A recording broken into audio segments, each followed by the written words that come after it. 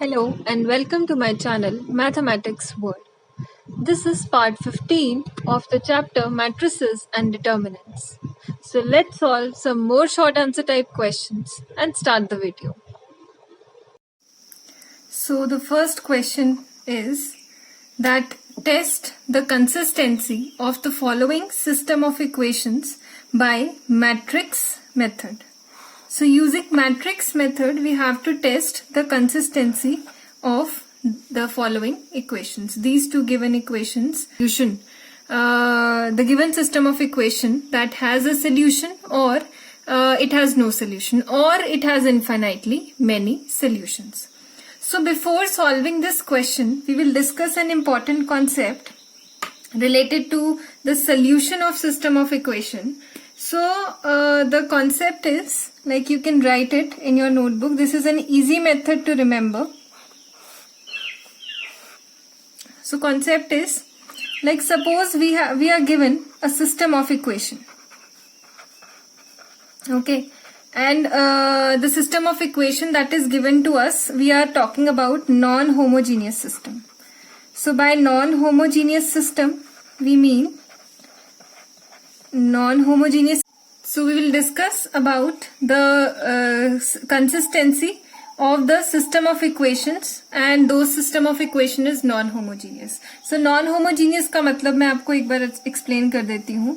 Suppose मेरे पास system of equation है a1x plus b1y plus c1z is equal to constant b1, a2x plus इसको आप b1 dash कर दीजिए plus b2y plus c2z is equal to b2 dash, a3x plus b3y plus c3z is equals to b3 dash. So this is a system of equation and this system of equation, इस system of equation में हमारे पास we will say A matrix as a1, b1, c1, a2, b2, c2, a3, b3, c3.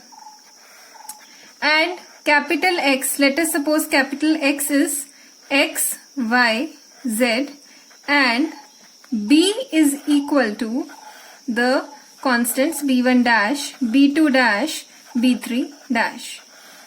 Fine. So we can write this system of equation. Let us call it equation number 1. We can write the system of equation 1. You can write that equation 1.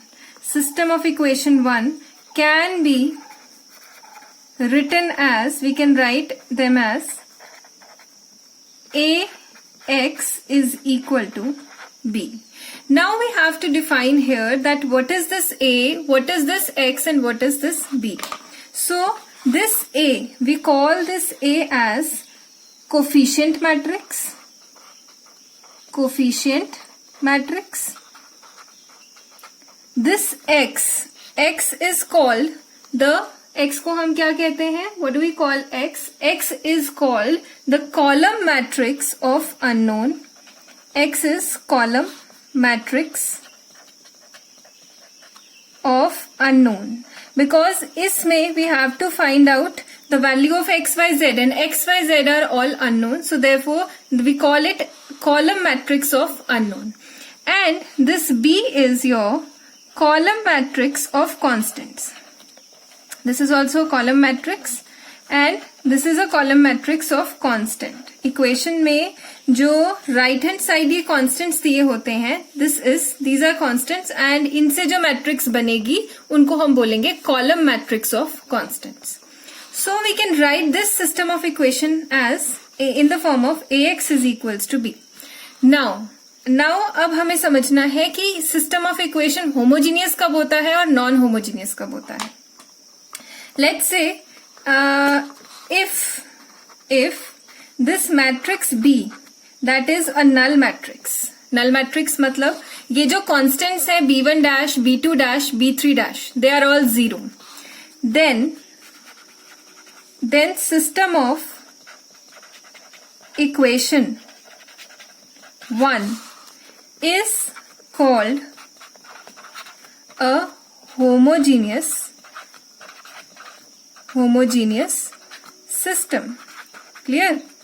अगर इन system of equation में b1 dash भी 0 है, b2 dash भी 0 है, b3 dash भी 0 है, तो हम कहेंगे कि the given system of equation that is a homogeneous system of equation. Clear? So I have written it clearly कि अगर आपका matrix B which is your column matrix of constants, if your column matrix of constant, if this matrix that is a null matrix, then this system of equation 1 that will be called a homogeneous system. अब non homogeneous system of equation वो होगी जिसके लिए आपके पास ये जो column matrix of constant है वो नॉन जीरो है। Clear?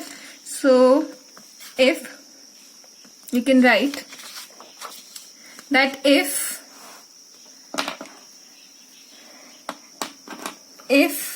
your matrix B that is non-zero, then system of equation 1 is called a non-homogeneous system. Okay, so अभी हम डिस्कस करेंगे फर्स्टली कि एक अगर we are provided a non homogeneous system, in case we are provided a non homogeneous system of equation, then how we have to check the consistency of that set. So let's study कि उसकी consistency हम कैसे check करेंगे। Suppose मुझे provided है system of, I am writing non-homogeneous as NH, system of non-homogeneous equation. Clear? So हमें एक system of non-homogeneous equation provided है। हम सबसे पहले तो क्या करेंगे? We will find out the coefficient matrix. Coefficient matrix को हम A से डिनोट कर रहे थे और उस coefficient matrix का फाइंड करेंगे determinant। ठीक है? That is find determinant of coefficient matrix A. Clear? आपने सब करेंगे, आप चेक करेंगे कि क्या आपका कोफिशिएंट मैट्रिक्स का डिटर्मिनेंट जीरो है या नॉन जीरो है। So in case if your determinant is non zero, it means अब हमने पहले भी पढ़ा हुआ है, अगर किसी मैट्रिक्स का डिटर्मिनेंट नॉन जीरो है तो उस मैट्रिक्स का इनवर्स, सबसे पहले तो उसका इनवर्स एग्जिस्ट करेगा। और अगर एक मैट्रिक्स का इनवर्स एग्जिस्ट कर रहा है तो वो मैट्रिक्स कैसी होती है? That matrix is your non singular matrix. So if the determinant of the coefficient matrix that is non-zero, which means that its inverse exists, then that system of equation is consistent. Okay, that system of equation will be consistent and उसके साथ it will have unique solution. It will have a unique solution. You can learn it in the form of this flow chart. आपको इसको cram करने की जरूरत नहीं है। अगर डिटर्मिनेंट नॉन जीरो है तो वो सिस्टम ऑफ इक्वेशन कंसिस्टेंट होगा और उसका यूनिक सोल्यूशन होगा, and that unique solution will be x will be A inverse into B. Clear? So I hope कि क्लियर होगा आपको कि अगर डिटर्मिनेंट नॉन जीरो है, इनवर्स एग्जिस्ट करेगा और वो सिस्टम ऑफ इक्वेशन कंसिस्टेंट होगा और उसका जो सोल्यूशन होगा that will be A inverse into B. B is your coefficient matrix of constant. Clear? अब आ जाते हैं हम, अगर आपका डिटर्मिनेंट जो है सपोज वो आ जाता है जीरो. अब डिटर्मिनेंट अगर जीरो आ गया तो अगला स्टेप आपको क्या फॉलो करना है? You have to find out adjoint of matrix A into B. आप ये टर्म फाइंड आउट करेंगे. adjoint of A into B हम फाइंड आउट करेंगे. Now adjoint of A into B find करने के बाद अब ये मैट्रिक्स डिसाइड करेगी कि सिस्टम ऑफ इक्वेशन कंसिस्टेंट होगा या इनकंसिस्टेंट होगा. सो अगर इन केस आपका ये adjoint of A into B जो आपने फाइंड किया है, अगर ये नॉन जीरो आ जाता है, ठीक है, क्या आता है, अगर ये नॉन जीरो आ जाता है तो वहां से डायरेक्टली आप कंक्लूड कर देंगे that the system of equation is inconsistent. And क्योंकि सिस्टम ऑफ इक्वेशन इनकंसिस्टेंट है तो it will be having no solution, उसका कोई भी सॉल्यूशन एग्जिस्ट नहीं करेगा। क्लियर? और अगर हमारा ये जो टर्म है adjoint of A into B, if it is zero, then you will conclude that the system of equation will be consistent, and क्योंकि ये consistent है and it will have infinitely many solutions. It will have infinitely many solutions. So I'm again repeating, this is the whole concept I have written in the form of a flow chart. So remember this flow chart if you want to revise this concept. What is, if you are provided, I am repeating again that if you are provided a system of non-homogeneous equation, non-homogeneous test करने का तरीका आपको बताया है, कोई भी system of equation दिया है उसमें आप चेक करो कि आपकी कोफिशिएंट मैट्रिक्स ऑफ कांस्टेंट जिसको हम B से डिनोट कर रहे हैं वो नॉन जीरो अगर है, clear, so that system of equation will be your non homogeneous system of equation. So हमने पहले टेस्ट कर लिया, हमारा system of equation non homogeneous है। सेकेंड स्टेप है आपको फाइंड करना है डिटर्मिनेंट फाइंड किया, अगर तो आपका डिटर्मिनेंट नॉन जीरो आता है तो इसका मतलब कि सिस्टम कंसिस्टेंट है और उसका यूनिक सोल्यूशन होगा, और वो यूनिक सोल्यूशन होगा A inverse into B. But अगर आपका डिटर्मिनेंट जीरो के इक्वल आता है तो वहां पर आपको पहले फाइंड आउट करना पड़ेगा adjoint of product of these two matrices, adjoint of A into B. And यहां से जब आप ये फाइंड कर लेंगे और फाइंड करने के बाद ये नॉन जीरो आ जाता है तो आप कंक्लूड कर देंगे कि ये इनकंसिस्टेंट है। क्योंकि ये इनकंसिस्टेंट है तो इसका कोई सोल्यूशन एग्जिस्ट नहीं करेगा। एंड इन केस ये जीरो आता है तो it will, the system will be consistent and it will have infinitely many solutions. Clear? So I hope ये फ्लो चार्ट आपको क्लियर होगा। इस कॉन्सेप्ट को याद करने का, माइंड में बिल्कुल बिठाने का ये एक बहुत ही अच्छा तरीका है। Remember it with the help of a flow chart. So now let's discuss that the system of equations. If we are provided a system of homogeneous equation, so we will now discuss the consistency of that system. So let's discuss the system of homogeneous equations consistency. So if we are provided a system of equation which is homogeneous का मतलब the coefficient matrix, homogeneous means आपकी जो matrix B है वो एक null matrix है।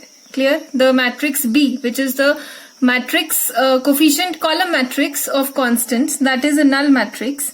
इन that case हमारे पास पहला तो काम वही है, आपको फाइंड करना है determinant of the coefficient matrix. Clear? So अगर आपका डिटर्मिनेंट नॉन जीरो आता है तो हमारा काम वही है, A इनवर्स एग्जिस्ट करेगा and the system will be consistent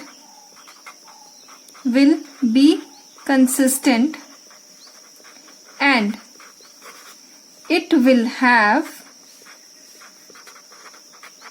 trivial solution मतलब नोन है हमें वो सोल्यूशन, वो क्या होगा, and that trivial solution will be x is 0, y is 0 and z is 0। क्योंकि अगर मेरे पास सिस्टम ऑफ इक्वेशन ये चल रही है, so a1x plus b1y plus c1z is 0, this equation is 0, this equation is equal to 0, इसका मतलब है, और डिटर्मिनेंट इस कोफिशिएंट मैट्रिक्स का वो नॉन जीरो आता है। सो इट क्लियरली इम्प्लाइज कि अगर ये सारे के सारे कॉन्स्टेंट्स नॉन जीरो हैं जो वेरिएबल्स के साथ हैं हमारे पास उनके कोफिशिएंट्स, तो it means x should be 0, y should be 0 and z should be 0, ताकि ये इक्वेशंस को वो अच्छे इजीली सेटिस्फाई कर सके. So the system of equation will have trivial solution and that trivial solution will be x0 y0 z. So first step तो यही है जो हमारा नॉन होमोजीनियस सिस्टम के लिए था, that we have to find out determinant of A, and if determinant is your non zero then the system will be consistent and it will have trivial solution that will be x0 y0 and z0. Now in case your determinant that is 0, determinant जब 0 होगा then the system of equation will have non trivial solution. तो उसका non trivial solution exist करेगा. सो इन questions के लिए हम सबके लिए एक एक एग्जाम्पल करेंगे ताकि आपको क्लियर हो जाए. सो फर्स्टली अब हम डिस्कस करते हैं उस क्वेश्चन को. सो आई थिंक ये क्लियर होगा आपको कि होमोजीनियस सिस्टम के लिए हो चाहे नॉन होमोजीनियस सिस्टम हो, आपको पहले फाइंड आउट करना है डिटर्मिनेंट.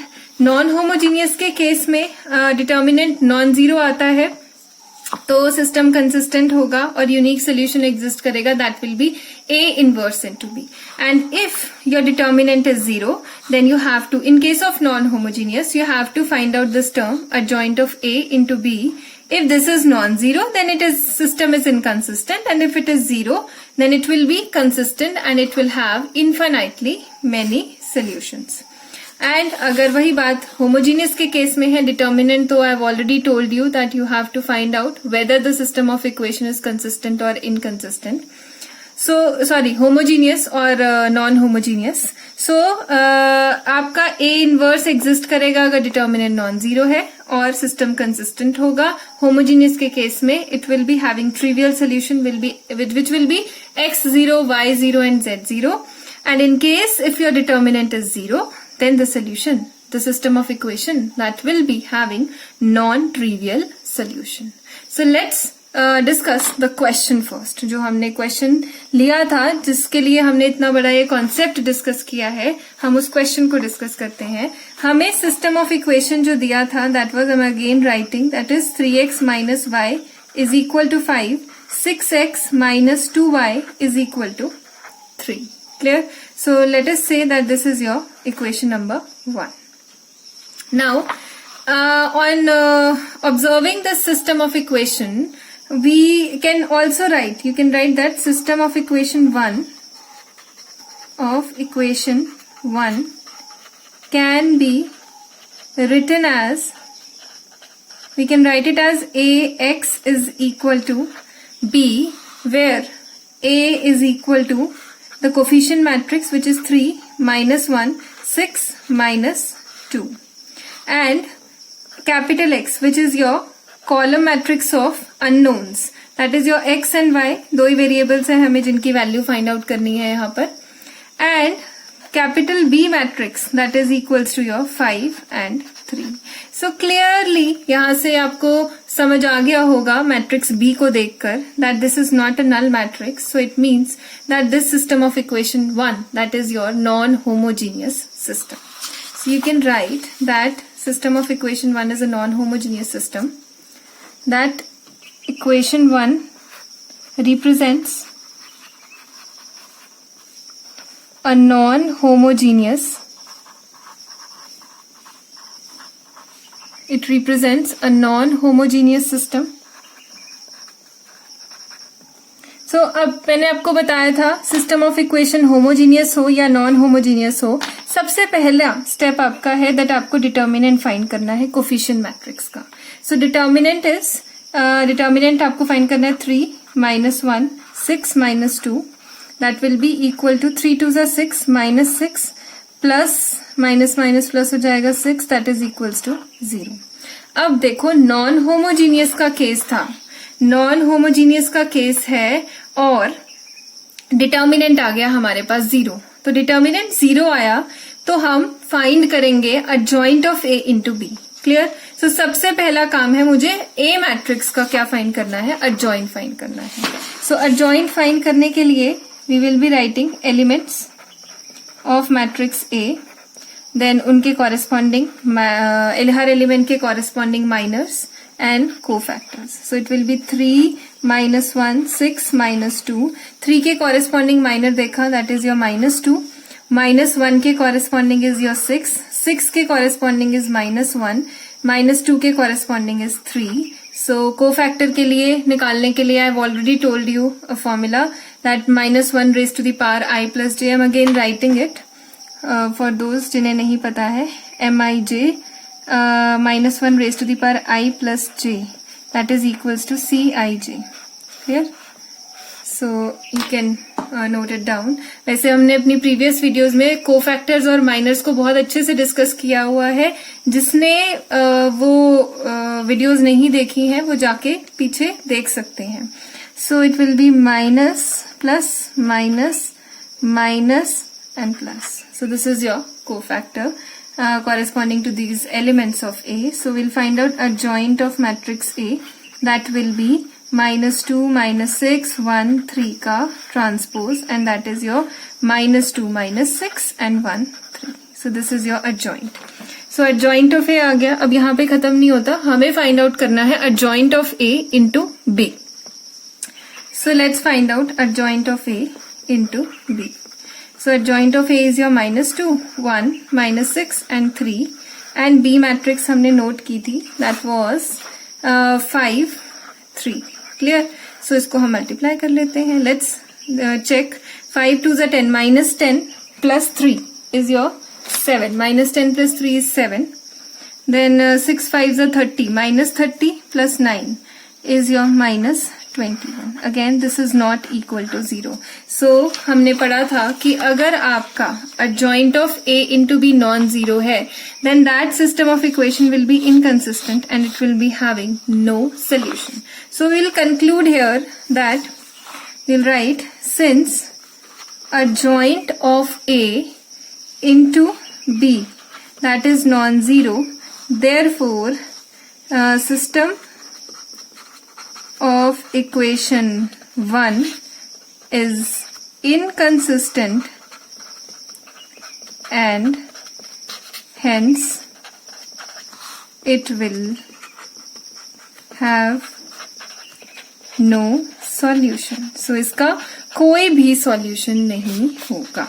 So I hope ये क्वेश्चन और ये टॉपिक आपको क्लियर होगा. इससे रिलेटेड 2-4 क्वेश्चंस हम और करेंगे ताकि सारे टाइप्स डिस्कस हो जाएं. अभी हमने डिस्कस किया है कि अगर आपका नॉन होमोजीनियस सिस्टम के अंडर डिटर्मिनेंट 0 आ जाता है तो डिटर्मिनेंट 0 आता है तो हमें क्या करना है, adjoint of A into B find करके फिर चेक करना है. That I have already told you. और इस क्वेश्चन की हेल्प से हमने चेक भी कर लिया कि कैसे इस कॉन्सेप्ट को अप्लाई करना है. अब नेक्स्ट क्लास में हम डिस्कस करेंगे कुछ क्वेश्चंस जिनमें कि यूनिक सोल्यूशन एग्जिस्ट करेगा और जिनके लिए जो हमने डिस्कस किया था होमोजीनियस सिस्टम ऑफ इक्वेशन, वहां पर जब डिटर्मिनेंट नॉन जीरो होगा या जीरो होगा तो उन क्वेश्चंस को प्रैक्टिकली हमने कैसे अप्लाई करना है. सो आई होप ये क्वेश्चंस आपको क्लियर होगा. ये वाला क्वेश्चन आज हमने इस क्वेश्चन के साथ साथ बहुत ही इंपॉर्टेंट कॉन्सेप्ट आज किया है discuss, system of equation, basically to find out the solution of a system of equation using the inverse of a matrix. So इस कॉन्सेप्ट को अच्छे से रिवाइज कीजिए और बहुत ज्यादा चीजों को क्रैम करने की कोशिश मत कीजिए. फ्लो चार्ट की हेल्प से, इस फ्लो चार्ट की हेल्प से याद करेंगे तो it will be easier for you to remember और आपको क्रैम नहीं करना पड़ेगा. Clear? So this is all for today.